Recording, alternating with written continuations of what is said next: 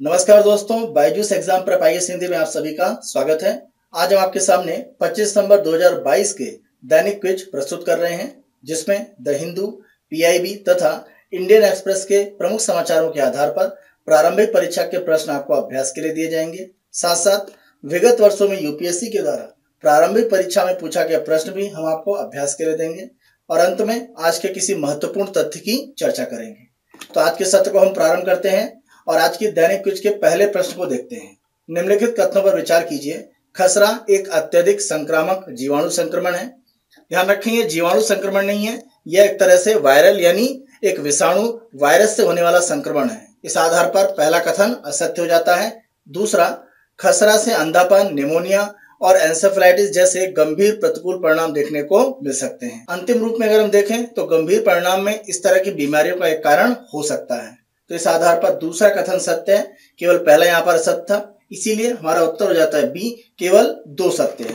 Measles या खसरे के संदर्भ में हमने आपसे यह जो प्रश्न पूछा है, इसका आधार प्रमुख रूप से यह है कि दिल्ली में सरकार के द्वारा मीजल्स के संदर्भ में या खसरे के लिए जो वैक्सीन दी जाती है, उस वैक्सीन की जो तीसरी डोज है वो दी जा रही है। सामान्य तौर पर अगर हम खसरे के संदर्भ में वैक्सीन की बात करें तो MMR वैक्सीन दी जाती है, जहां पर प्रमुख रूप से मीजल्स, मम्स और रुबेला, इन तीनों एक तरह से बीमारियों के लिए बचाव के लिए वैक्सीन दी जाती है। अगर हम MMR वैक्सीन की बात करें तो इसकी सामान्य तौर पर 2 डोज रहती हैं।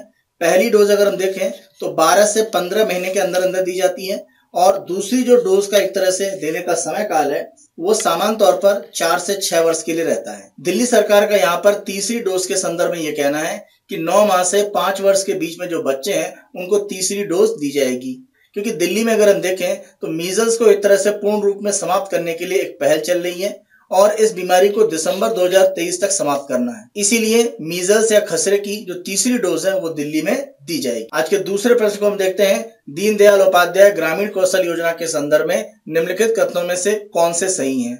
प्रमुख रूप से अगर हम इस योजना की बात करें तो इसके आधार पर जो अलग अलग कथन है उनकी अगर हम चर्चा करें, उससे पहले हम प्रमुख रूप से ये देख लेते हैं कि यह योजना है क्या। तो अगर हम इस योजना की बात करें तो इस योजना को ग्रामीण विकास मंत्रालय के द्वारा प्रमुख रूप से संचालित किया जाता है और 25 सितंबर 2014 से ये लागू है।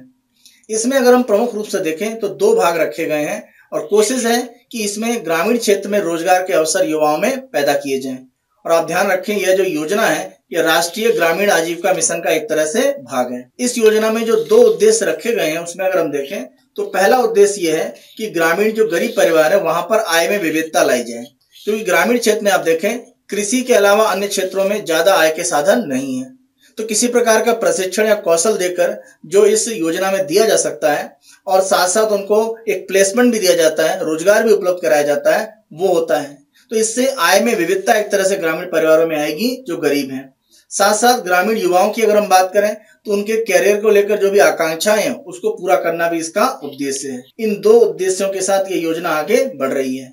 यहाँ पर गरीब परिवारों को प्रमुख रूप से लक्षित किया गया है और उसमें भी अगर हम 15 से 35 वर्ष की आयु में जो ग्रामीण युवा हैं उनकी बात करें, और यहाँ पर यह कहा जा रहा है कि अगर हम 18 करोड़ से अधिक युवाओं की बात करें जो 18 से 34 आयु वर्ष के बीच में भारत में है, इसमें लगभग 69% ग्रामीण क्षेत्र में है। इस योजना का उद्देश्य ये भी है कि जनसंख्या में जो सबसे निचले आय वर्ग में है वहां पर एक तरह से गरीब परिवारों में युवाओं की जो संख्या लगभग 55 मिलियन है, वहां पर कोशिश की जा रही है कि रोजगार के साधन बढ़ें। यहाँ पर योजना में जिन युवाओं को शामिल किया जाएगा उनमें अगर हम देखें तो कोई भी अगर BPL एक तरह से कार्डधारी है या BPL राशन कार्डधारी है, किसी व्यक्ति के द्वारा पिछले 1 वर्ष में मनरेगा में 15 दिन का कम से कम काम किया गया हो, किसी व्यक्ति का राष्ट्रीय स्वास्थ्य बीमा योजना में अगर कार्ड बना हुआ है तो वो शामिल है। अगर हम गांव में बात करते हैं स्व सहायता समूह यानी सेल्फ हेल्प ग्रुप, इसमें अगर कोई व्यक्ति शामिल है तो वो भी एक तरह से इस योजना का लाभार्थी हो सकता है। इस योजना में प्रमुख रूप से आप देखें सरकार और निजी क्षेत्र भागीदारी करते हैं और आप देखें तो प्रोजेक्ट इंप्लीमेंट एजेंसीज होती हैं जिनके द्वारा यहाँ पर कौशल विकास में काम किया जाता है। तो प्रमुख रूप से कौशल के माध्यम से लोगों को रोजगार के लिए तैयार करने का एक तरह से ग्रामीण क्षेत्र में इस योजना का प्रमुख रूप से उद्देश्य है। और आप देखें अगर हम SC/ST की बात करते हैं, महिलाओं की बात करते हैं या दिव्यांग जनों की बात करते हैं तो ये 35 वर्ष की जो अधिकतम सीमा है इसको यहाँ पर रिलैक्सेशन देकर बढ़ाकर 45 वर्ष कर दिया गया है। अब हम अगर इस योजना के संदर्भ में जो विकल्प दिए गए उनको देखें। पहला, यह एक केंद्र प्रायोजित योजना है और राष्ट्रीय ग्रामीण आजीविका मिशन का हिस्सा है।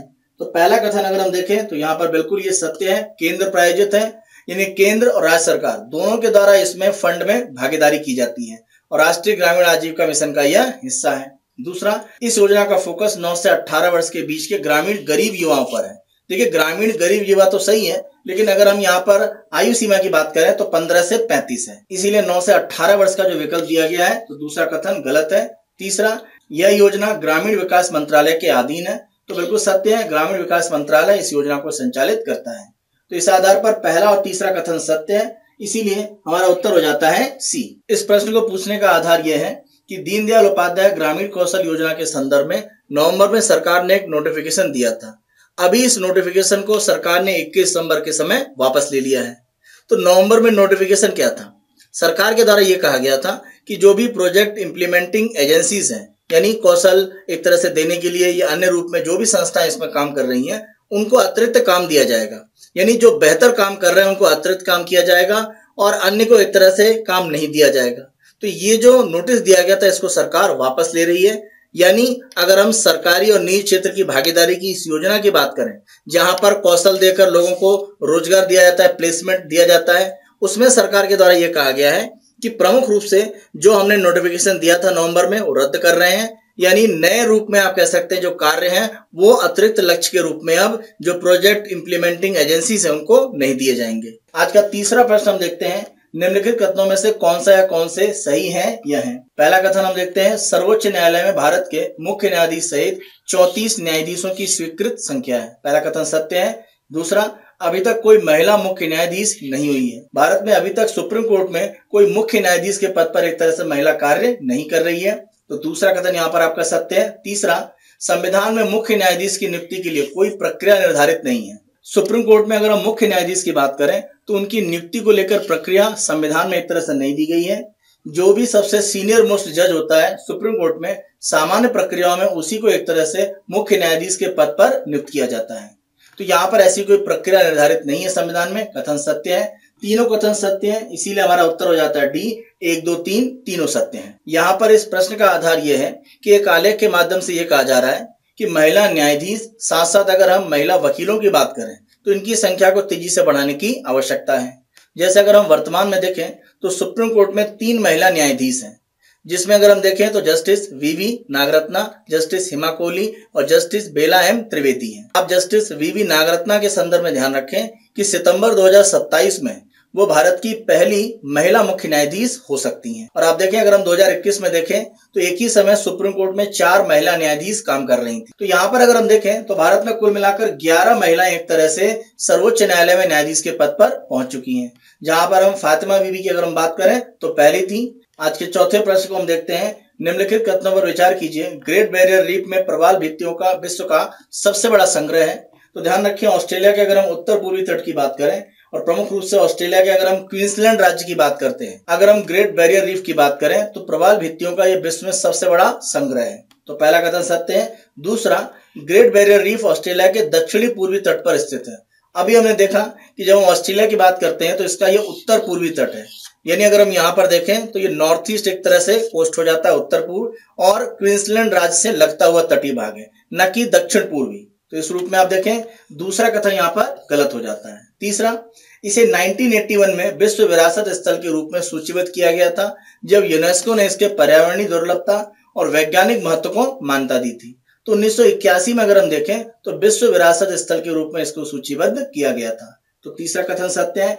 यहाँ पर पहला और तीसरा कथन सत्य है, इसीलिए हमारा उत्तर हो जाता है बी। केवल 2 कथन सत्य हैं। प्रश्न का प्रमुख रूप से आधार यह है कि अगर हम ग्रेट बैरियर रीफ की बात करें तो यहाँ पर जलवायु परिवर्तन के प्रभाव तेजी से देखे जा रहे हैं। मूंगा चट्टानों में अगर हम देखें तो निर्माण के लिए कोरल पॉलिप्स प्रमुख रूप से उत्तरदायी होते हैं, और ये तापमान का कोई भी एक तरह से परिवर्तन है उसको लेकर काफी एक तरह से संवेदनशील होते हैं।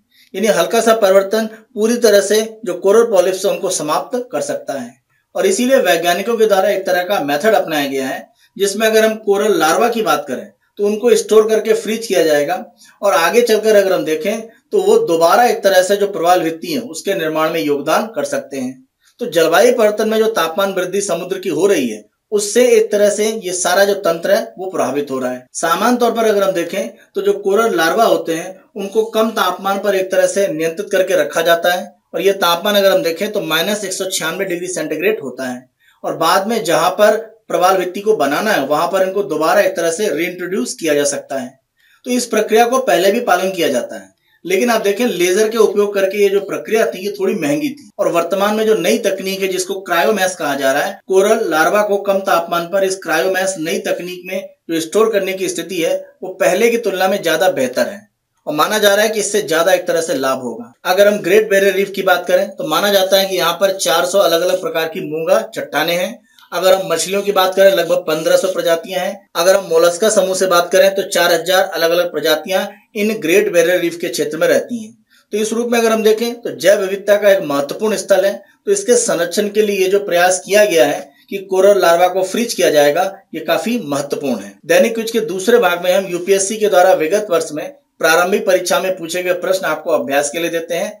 आज हमने 2022 में प्रारंभिक परीक्षा में पूछा गया प्रश्न आपको अभ्यास के लिए दिया है। प्रश्न को देखते हैं। लोकसभा के उपाध्यक्ष के संदर्भ में निम्नलिखित कथनों पर विचार कीजिए। लोकसभा के कार्य पद्धति और कार्य संचालन नियमों के अनुसार उपाध्यक्ष का निर्वाचन उस तारीख को होगा जो अध्यक्ष नियत करेंगे। ध्यान रखें, जब लोकसभा अध्यक्ष की नियुक्ति हो जाती है तो उनके द्वारा लोकसभा के उपाध्यक्ष का जो पद होता है उसके एक तरह से निर्वाचन के लिए जो समय होता है वो तारीख के रूप में एक तरह से निर्धारित किया जाता है। तो यहाँ पर पहला कथन सत्य है। दूसरा, यह आज्ञापक उपबंध है कि लोकसभा के उपाध्यक्ष के रूप में किसी प्रतियोगी का निर्वाचन या तो मुख्य विपक्षी दल से या शासक दल से होगा।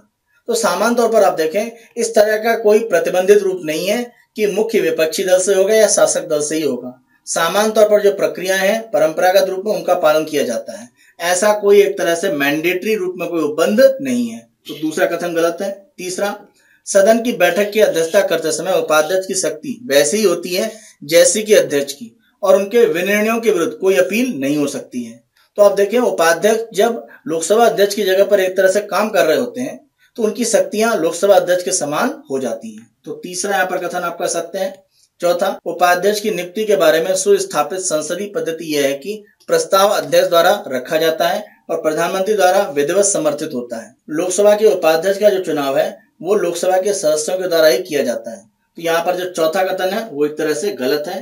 तो यहाँ पर आपका कथन सत्य है, पहला और तीसरा। इस आधार पर आपका उत्तर हो जाता है ए। केवल 1 और 3 सत्य है। दैनिक क्विज के तीसरे और अंतिम भाग में हम आज के तथ्य की चर्चा करते हैं और आज हमारा चर्चा का विषय है ओरान। प्रमुख रूप से अगर हम ओरान की बात करें तो राजस्थान के क्षेत्र में ये एक तरह से आपके छोटे वनों के क्षेत्र हैं। उन्हीं के साथ साथ आप देखें तो यहाँ पर छोटी एक जलराशि भी रहती है और साथ साथ कभी कभी कुछ मंदिर या धार्मिक स्थल भी इनके साथ में जुड़े हुए हैं। राजस्थान में जगह जगह जो ओरान स्थापित है इनकी संख्या अगर हम देखें तो माना जाता है कि 25,000 के ऊपर है। अब ये जो ओरान है राजस्थान में वो कहीं ना कहीं संकट की स्थिति में है। इसका बड़ा कारण ये है कि अगर हम एक तरह से बात करते हैं सौर ऊर्जा, तो सौर ऊर्जा को बढ़ावा देने के लिए साथ साथ अगर हम पवन ऊर्जा की बात करें तो मरुस्थलीय क्षेत्रों में इन दोनों को बढ़ावा देने के लिए तेजी से काम हो रहा है। खास तौर से अगर हम जैसलमेर के क्षेत्र की बात करें और यहाँ पर अगर हम देखें तो इसी प्रक्रिया को रोकने के लिए जिससे कि ओरान जो परंपरागत रूप में एक प्राकृतिक क्षेत्र राजस्थान में उनका संरक्षण हो पाए, लगभग 225 किलोमीटर की जो यात्रा है वो कुछ पर्यावरण के जो समर्थक लोग हैं उन्होंने राजस्थान में चलाई और ये अगर हम देखें तो जैसलमेर में आकर ही समाप्त हुई है।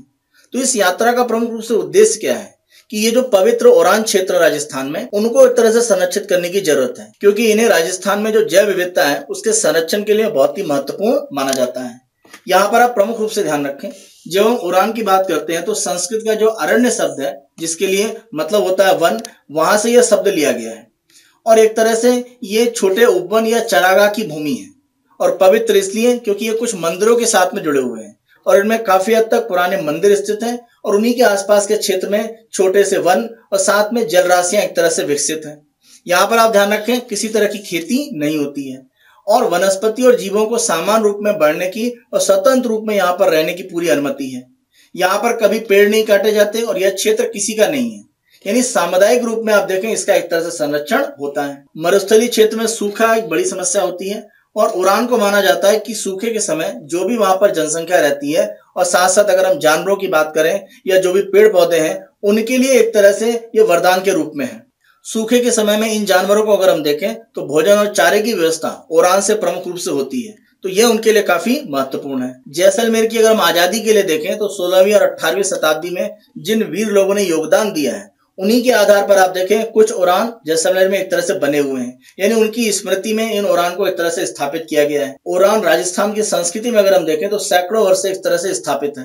और जैसा अभी हमने आंकड़ा देखा कि राजस्थान में लगभग इस तरह के 25,000 उड़ान है और परंपरागत रूप से सामुदायिक रूप में इसका संरक्षण किया जाता है और इसमें लगभग 6 लाख हेक्टेयर की भूमि एक तरह से शामिल है।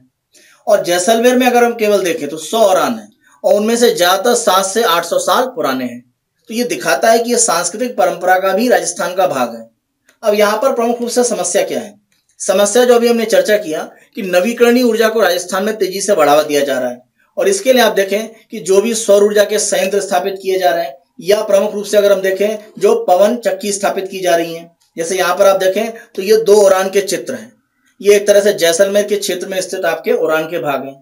तो ये वहां पर जो जानवर है, खासतौर पर अगर हम ऊंट की बात करें, भेड़ बकरियों की बात करें, उनके लिए सूखे के समय या सामान्य स्थितियों में भी चारे की व्यवस्था करते हैं।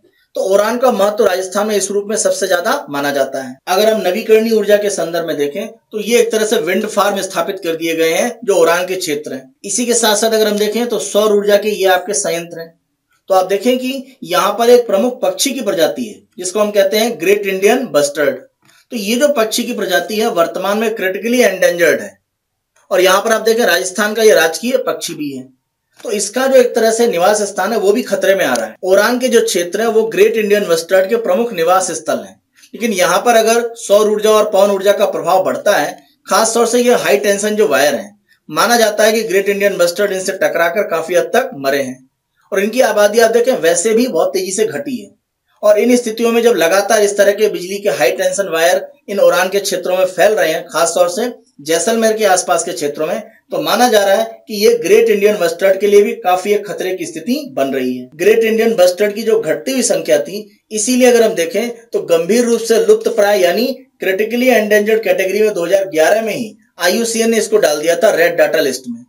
तो अगर आप इस तरह से उड़ान के क्षेत्रों को धीरे धीरे कमजोर करेंगे तो यहाँ पर जो ग्रेट इंडियन बस्टर्ड का बचा हुआ भाग है वो भी लगभग समाप्त हो जाएगा। और आप ध्यान रखें कि जो भी उड़ान के क्षेत्र हैं उनका किसी भी तरह से कानूनी रूप में अगर हम देखें तो संरक्षण करने के लिए बड़े रूप में कोई प्रयास नहीं है। ये सामुदायिक पहल है और इसीलिए माना जाता है कि निजी क्षेत्र की जो कंपनियां हैं वो बिना किसी रोक टोक के इन क्षेत्रों पर एक तरह से जो भी आपके सौर ऊर्जा के या पवन ऊर्जा के संयंत्र हैं वो स्थापित कर रहे हैं और इसी को लेकर सारा ये विवाद है। ये हमारा 25 दिसंबर 2022 का दैनिक क्विज है। आने वाले दिनों में अन्य दिनों के दैनिक क्विज हम आपको इसी तरह से उपलब्ध कराते रहेंगे। Byju's exam prep IAS Hindi को आप बहुत अधिक पसंद कर रहे हैं। अधिक से अधिक संख्या में लाइक करें, शेयर करें और अभी तक अगर आपने हमारे YouTube चैनल को सब्सक्राइब नहीं करा है तो हमारे YouTube चैनल को आज ही सब्सक्राइब करें। धन्यवाद।